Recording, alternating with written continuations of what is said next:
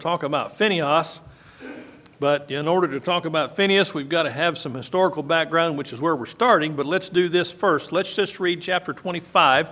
Got the reading assignments up there at the top. There's 4 of them. Read it's 18 verses long. That's the whole chapter, so we'll just read the whole chapter, and then we'll back up a little and get some historical context, which you are probably already at least somewhat familiar with, but let's do that anyway. 25, 1 through 5. Who's got that? All right. Carrie's got the first reading, 6 through 9. Another reader? All right, Ron. Thank you, Ron. 10 through 13. Who's got that one? Anybody? Oh, Tanda. And then 14 to 18.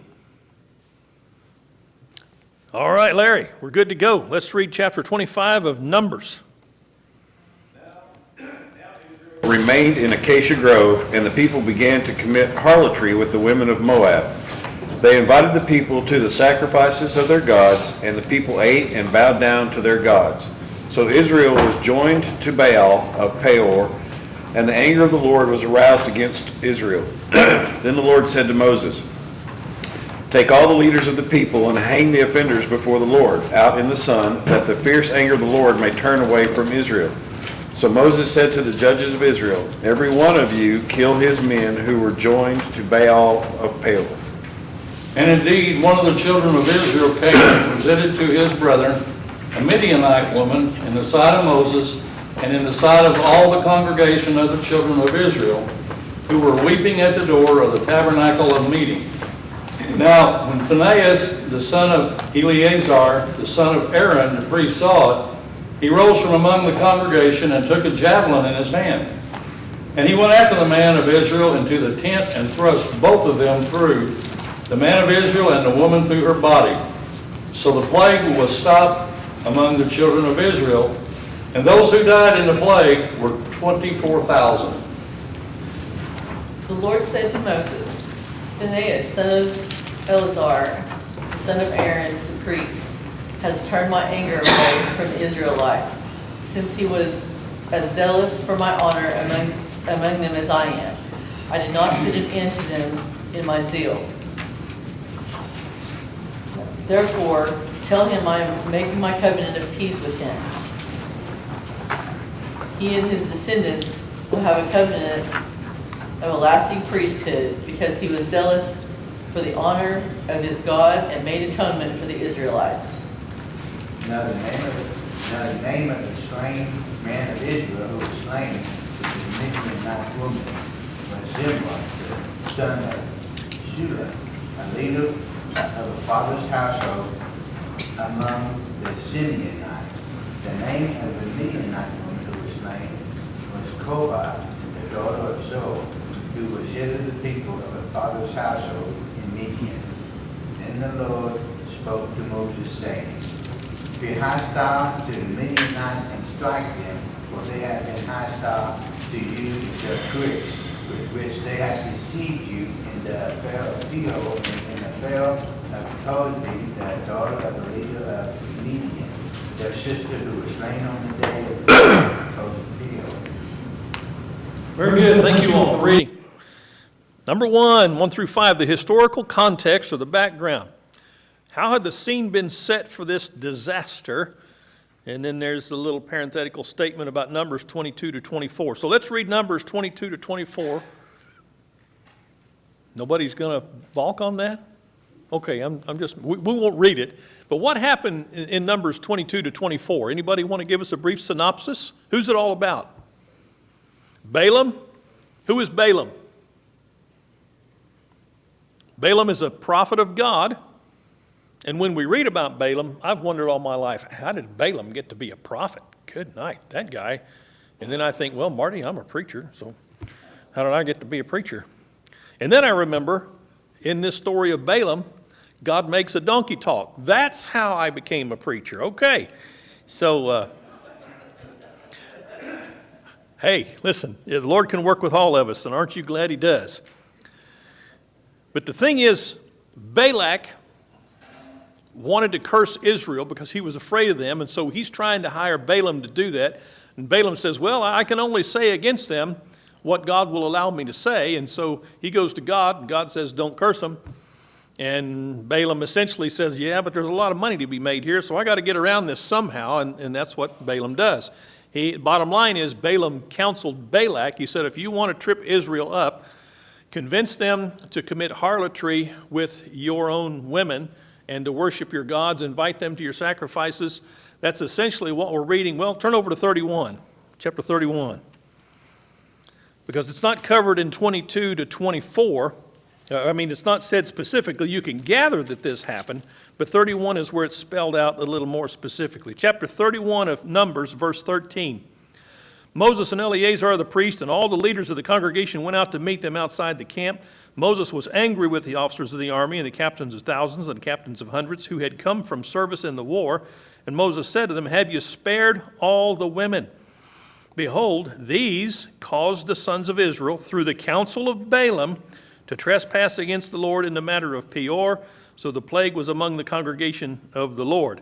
So Moses is stating very clearly here, it was Balaam's counsel through which these women essentially infiltrated the camp. But it takes two to tango, right? So there was a moral, spiritual issue in Israel, and that's what caused it all to go down the tubes. So he says in verse 17, therefore kill every male among the little ones, kill every woman who has known man intimately, but all the girls who have not known man intimately spare. So that's one place where we're reading about that. Another place is Revelation chapter 2. When Jesus dictates to John letters to the churches, one of those letters contains a note about Balaam, that one of the churches is embracing the doctrine of Balaam and tolerating it, and it's causing immorality in the church. So that's what that is all about. That's the historical background for what's happening in chapter 25 with Phinehas. All right, let's see. Number 1B, back to the worksheet. God instructed Moses to gather all the blanks. Offenders is fitting, but what he actually says is leaders. He first says leaders. Gather all the leaders, and I put in parentheses, apparently the ones who had acted sinfully, and blank them. What are they supposed to do? Kill them. Hang them, one translation says. So that the blank of the Lord might turn from Israel. The fierce anger. All right, you guys have got sin among you. What are you going to do about it? Are you going to eliminate the sin, or am I going to eliminate you? That's essentially what God is saying to this nation. It's a very different time, and God was working with them to bring them along. It's like you don't use corporal punishment as much with college students, although you probably like to, as you do with little children. If little children are exposed to sufficient corporal punishment that's done properly, they're not going to need it later, almost certainly. They're not going to need as much. Have you found that to be true? I've found that to be true. So remember what Paul writes about the law to the churches of Galatia. The law was a what to bring us to Christ? A schoolmaster. So these are the people who are under the schoolmaster, and God is trying to get school started right here. These are people, they're in the wilderness in numbers, and they're not in the promised land yet. That's going to come later. So he's working with them. All right. Number 2, the transgression. What did an Israelite do to raise the ire of Phinehas?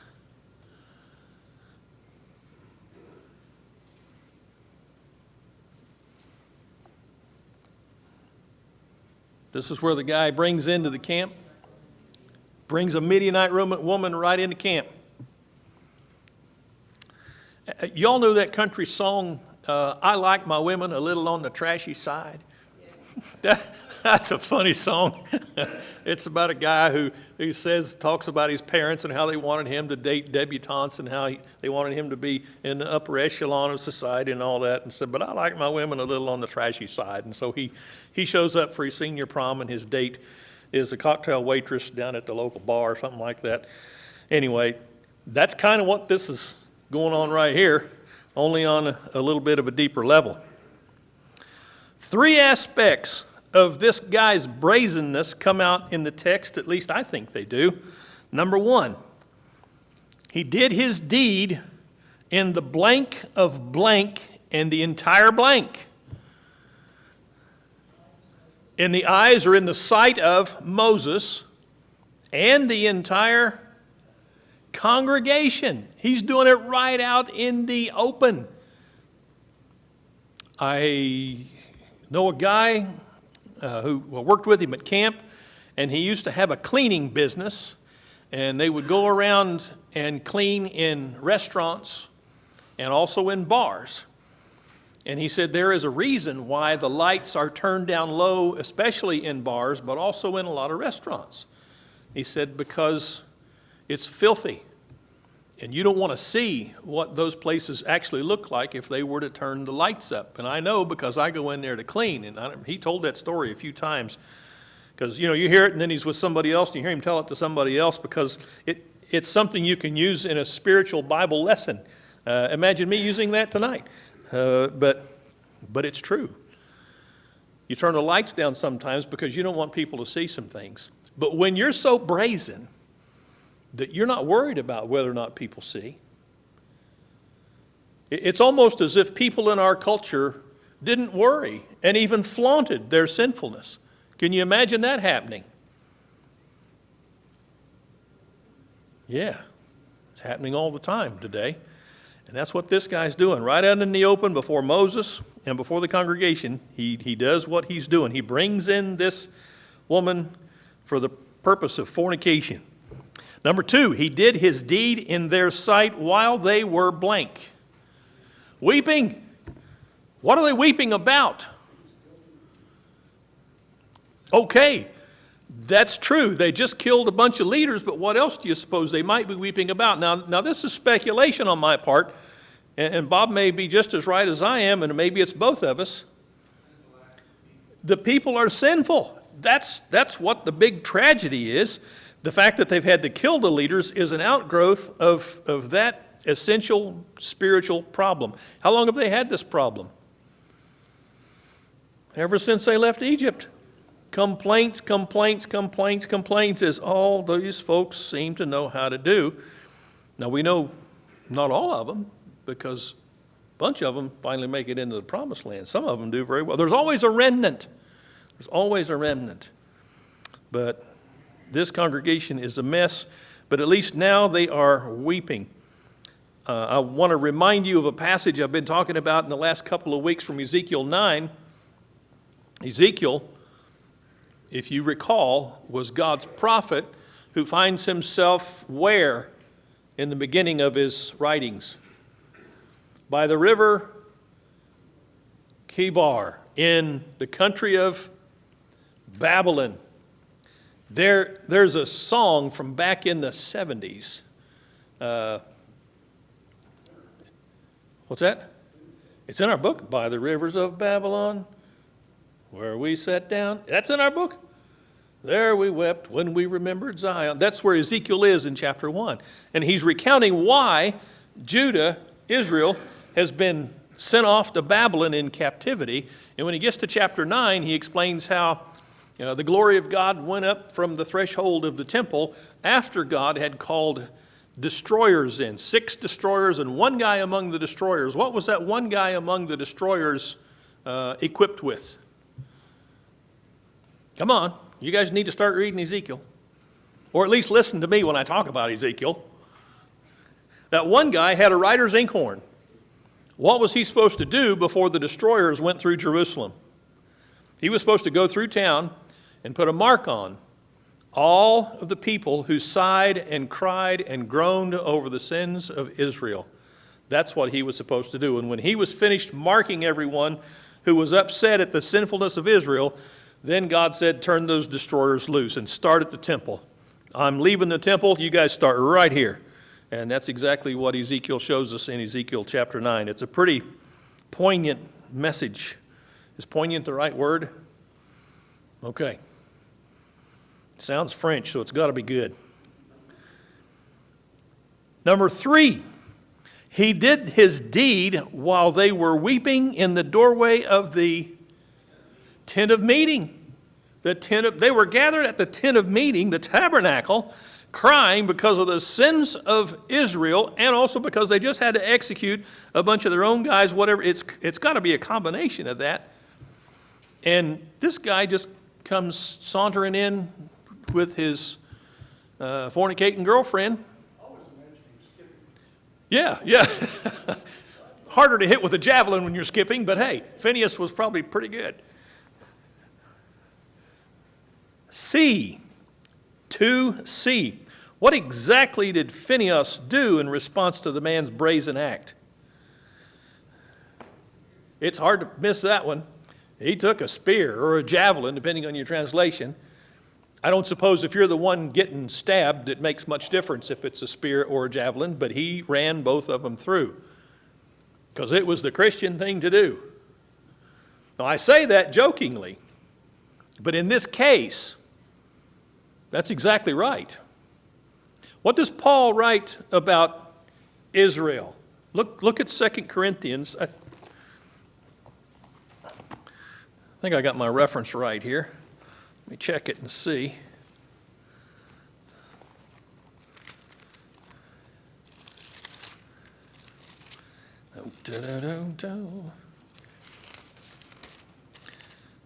I'm not as confident guessing at things because Dayton's not in here now. And if I miss, I can always count on Dayton to say, oh, wait, I think that's over here. It's in 1 Corinthians. Did I say 2 Corinthians? It's 1 Corinthians 10.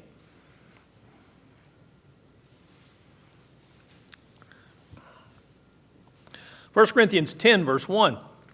I do not want you to be unaware, brethren, that our fathers were all under the cloud and all passed through the sea, and all were baptized into Moses in the cloud and in the sea. Who's he talking about? Talking about these guys in Numbers.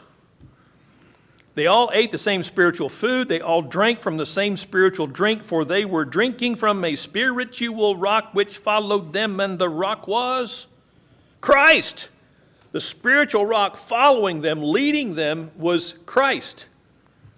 Nevertheless, with most of them, God was not well pleased, for they were laid low in the wilderness. And these things happened as examples for us, so that we would not crave evil things as they also craved. What are we supposed to do with what we read in Numbers? Shake in our boots. That's what we're supposed to do. We're supposed to read this and go, oh, man, I want to make sure I don't do that. I think I've asked in here, has anyone else ever seen what used to be called the Ohio films? When I was in the service back in the 70s, they trained you for all kinds of stuff, and one of the things they trained you for was just driving, because a lot of young military guys, I know you can't imagine this happening, but they were crazy drivers. And so, good night.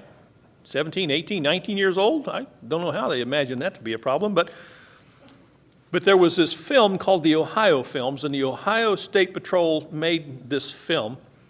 And what they did was they went to crash sites, especially crash sites where seatbelts had not been used, and they took pictures of the mangled bodies. And a lot of them were children. And they warned us. And there were some people who threw up and had to leave the classroom because they were just as gross can be. And I don't like to recall those images, but they made an impact on me. And I changed the way I drove. I changed the way I handled my motorcycle after I saw the Ohio films, because that made such an impact. And I'm wondering what it was like for these people when they saw their leaders hanging, having been duly executed by the command of God for their fornication. And I'm thinking maybe they would say some of the things we still hear today. Hey, wait a minute. It was consensual. It was a victimless crime. Nobody was raped here. Everybody was in agreement with this happening. God says, kill them. Kill them. Bob? 1 is every man who hangs from a tree. Yeah. I read that. Yeah. And so I've got the Ohio film images stuck in my head. These people had this stuck in their head. Paul is writing this based on the Spirit of God saying, Paul, you need to write this to the church at Corinth, remind them of what happened in the wilderness so that people will not crave evil things, and let them know that what they were following was not a what but a who, and it was Christ. And so everything that was done in the wilderness was done because they were following Christ at that point. What does Jesus say of himself regarding the law in the 5th chapter of Matthew when he's preaching the Sermon on the Mount? He talked about the law, and he said he didn't come to destroy the law. He came to do what? To fulfill the law. Christ was the fulfillment of the law, and it was the law that put these people to death. So I jokingly say Phineas did what he did because it was a Christian thing to do, but it really was. God was the one who said, you start executing people who were doing this. And Phineas took a spear, he rose up, and he did what God said to do. Somehow, however, Phineas's actions must have been of a little better, higher, different spirit than the rest, because he's the only one that was singled out for the honor that he was singled out for. Back to the worksheet. Unless anybody's got a comment or an observation or a question. Okay. We are at number 2D. Phineas was the son of blank Eleazar, who was the son of Aaron. Aaron was what? The high priest. He was the very first high priest. How many sons did Aaron have? Think about it. He had 4. Eleazar, Ithamar, Nadab and Abihu. What happened to Nadab and Abihu? God sent fire from heaven and killed them. You starting to get an idea how God's trying to train Israel? Don't mess around. I'm serious about this. You were going to die in Egypt, and I've saved you out of Egypt. Give me a little honor here. Follow me. What have you been eating all this time? Manna. What have you been drinking? Water. Where'd you get that water? Came from a rock. You hungry for quail? Yeah, I brought you quail. Yeah. What about your clothes and your shoes? They're not wearing out, are they? God's constantly providing for them, and they're constantly complaining and constantly departing from the morality that he set for them to follow. And he's trying to rein them in all the time. E, the immediate result of Phineas' actions was that the blank was blanked. The plague was stopped or stayed or checked. It ceased. The number of those who died by the plague was 24,000. Anybody know the population of Choctaw? Less than that. I lived in a little town in Virginia, beautiful little town called Bedford, Virginia. If you're ever passing through there, you need to stop at Bedford, Virginia and visit the D-Day Memorial. The reason I bring that up, I can always remember the population of Bedford, 6,000. So it's like the beautiful little town of Bedford being destroyed 4 times. That many people, 24,000 people died. All right, so Choctaw, 2 towns the size of Choctaw being totally wiped out. Wow. God worried about numbers? What's he worried about? Well, he's not worried. What God's concerned with is his kingdom and the righteousness concerning his kingdom. That's what Jesus said. Seek ye first the kingdom of God and his righteousness. That's been the plan all along. Seek me out. Paul on Mars Hill, Acts chapter 17. You got a memorial here for the unknown God. I'm telling you, that's the one you need to know. That's the only one that really is. And we grope after him. As some of your own poets have said, we're groping for God, trying to find him. And God says, here I am. All right, number 3, 10 to 13, God's response to Phineas. What was it about Phineas' motivation that God specifically appreciated? What did God say about Phineas? He was zealous. What kind of zeal? What's that? like God's zeal. Phineas was zealous for me. Do you ever get mad about religious discussions or hearing somebody talk about something and you know, that's just dumb? Or they make some claim about Christians. I get angry, and the first thing I have to do when I get angry is ask myself, why am I getting angry? Am I taking this personally, or am I angry because this is a challenge to the righteousness of God? I'm pretty small. I don't know about you, but I'm pretty small, and I can get angry about a lot of things, and I often get angry about the wrong things. And this is where Phineas got it right. He was angry, he was upset, he was jealous, but he wasn't jealous for himself or for some nationalistic idea. He was jealous for God. Well, I probably put the next question in the wrong place, but anyway, let's go ahead and talk. We'll get to it. B, Phinehas's actions turned God's blank away from Israel. His wrath, his anger. He was going to exercise it against the nation, but what Phinehas did stopped it.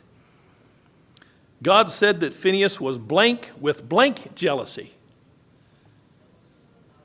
Jealous with God's jealousy, or, as God put it, my jealousy. He's just like me. I love this guy.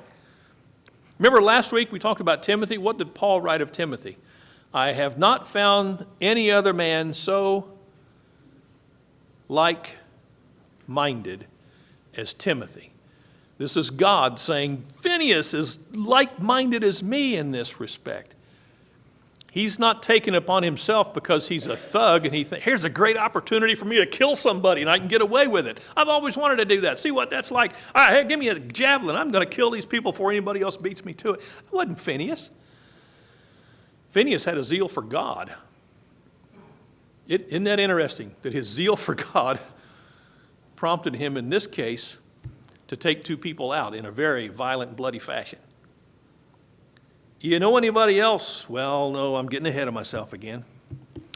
D, God called the covenant he gave Phinehas to be one of blank and of a blank blank. What's the first blank? Peace, a covenant of peace. And of a perpetual priesthood. What does that mean? What does it mean to be a priest?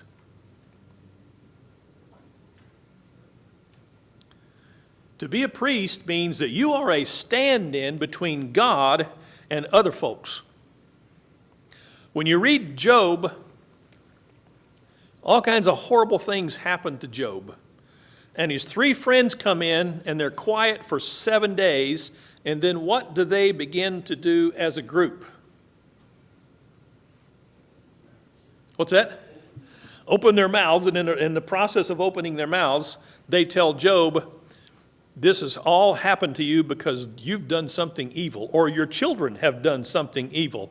Somehow or some way you've done something evil and wrong and you're a sinner, and that's why all this bad stuff has happened to you. Did they know anything about what they were talking about? They knew absolutely nothing.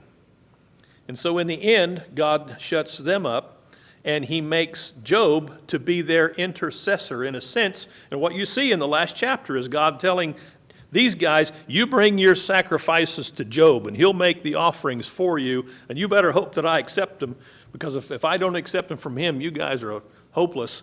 But that's what they do, and everything works out. And Job turns out to be the intercessor for the goofball guys, and that's what God is doing with Phinehas. I'm giving you a perpetual covenant of priesthood. You're going to be a guy that stands good with me, and I don't know what the details of this are.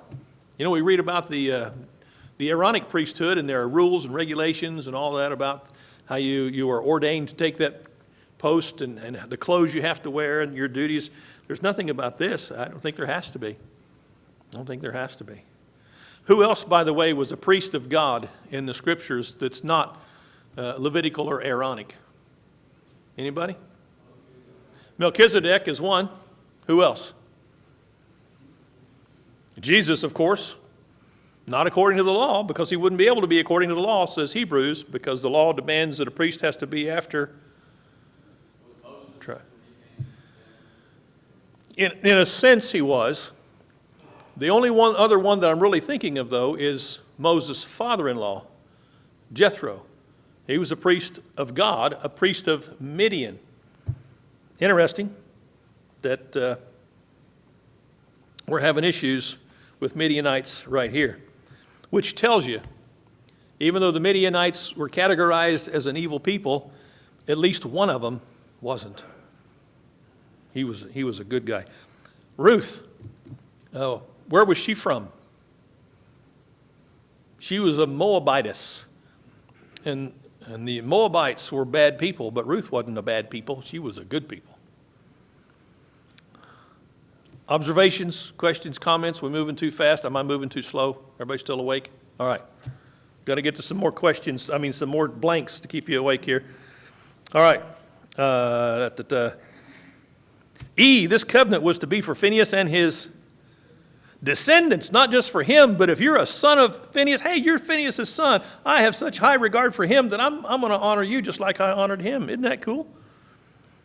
Who else can you recall from the Bible's record who had a jealousy similar to Phinehas' jealousy? What's that? When I think of jealousy, I think of envious. Yes. Jealousy is not the same as envy, though. Envy is when somebody has something and you want it. It's more like covetousness. Some can be related, but it's like cows and animals. All cows are animals, but not all animals are cows.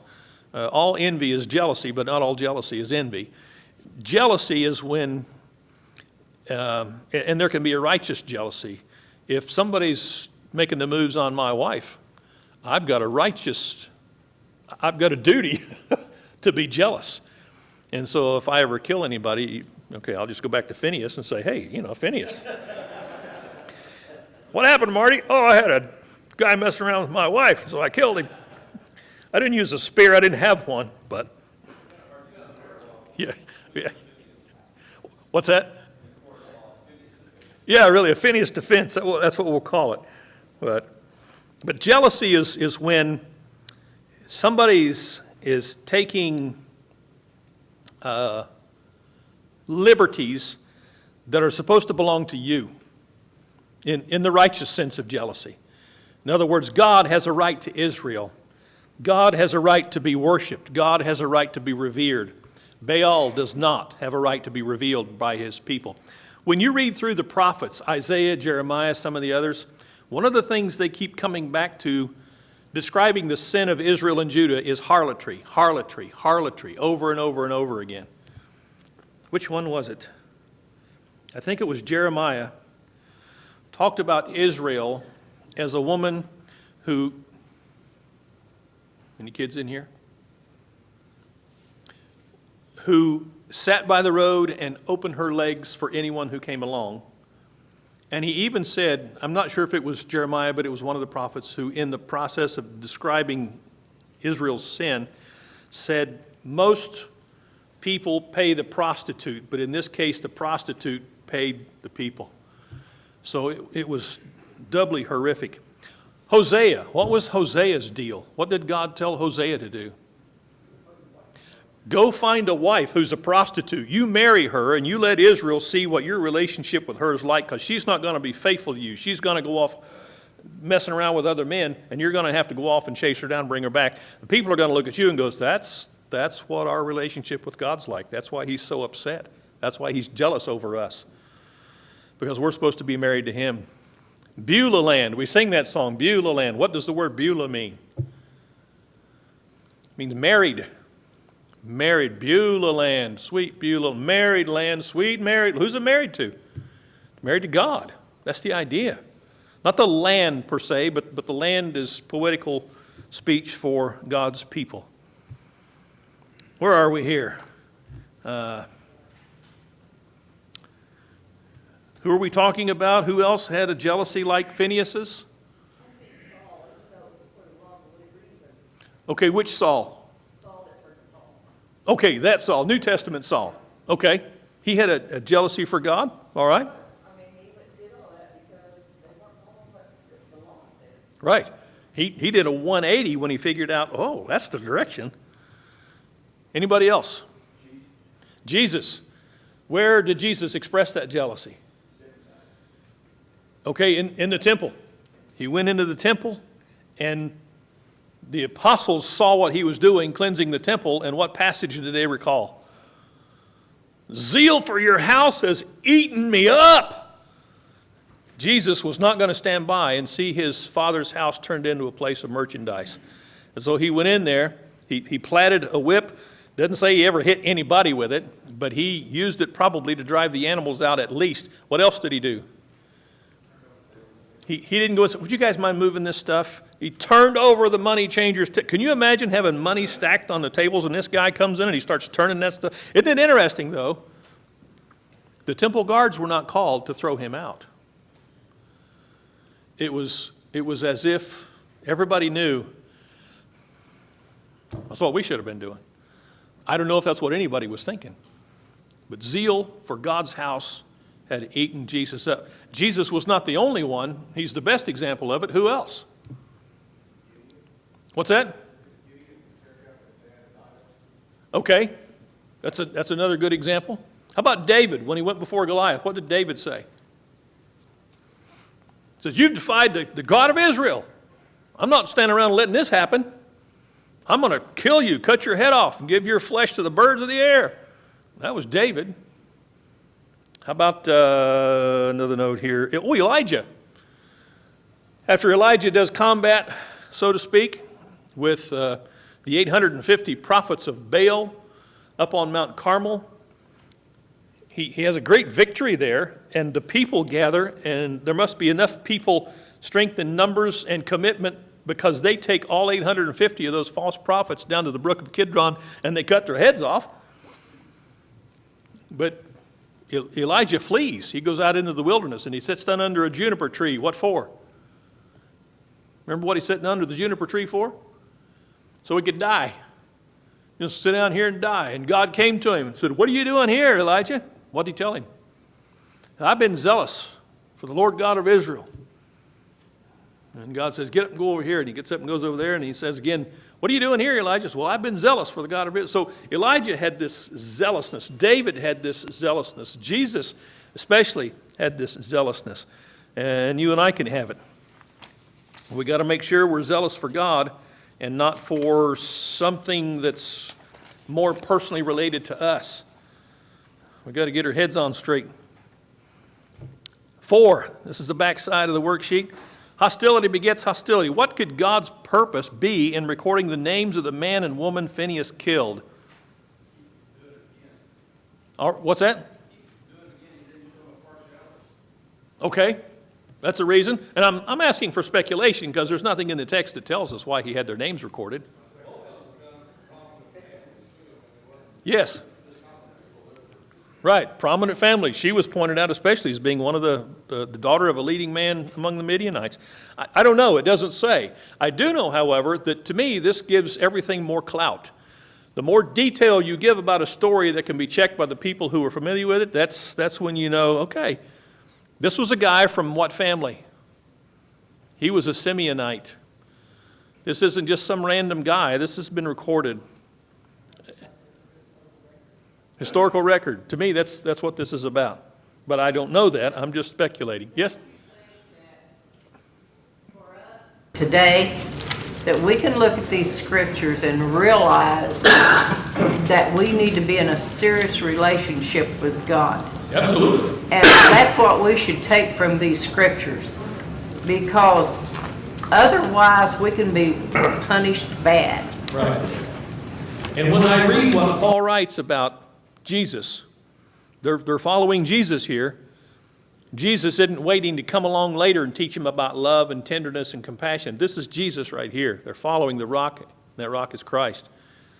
So this is all about holiness and righteousness, and seeking first the kingdom of God. 4b, God directed Moses to be blank to the Midianites because the Midianites had been blank to them. In both blanks, put in hostile, hostile. But in what way had the Midianites been hostile?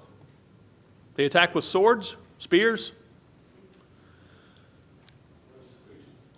Seductive, subversive, false teaching. That was the hostility directed towards Israel by Balaam's counsel. That was the hostility. God looks at that and he says, I don't care if it's physical violence. This is hostility. It's such a hostility that I'm authorizing you, Moses, to take up literal physical arms against the Midianites, to put this stuff down. I don't know any text of Scripture that's more applicable to today than this one right here in our culture. There's probably not going to be anybody come beating on my door and dragging me out of my house. But how many dumb, demonic, stupid ideas are there coming into my home through my television set and through my computer and through everybody who's trying to get me on my cell phone? I don't know where they get my cell number. I don't know where they get my email address. But hot Russian women want to date me. I did not know that. Oh, really?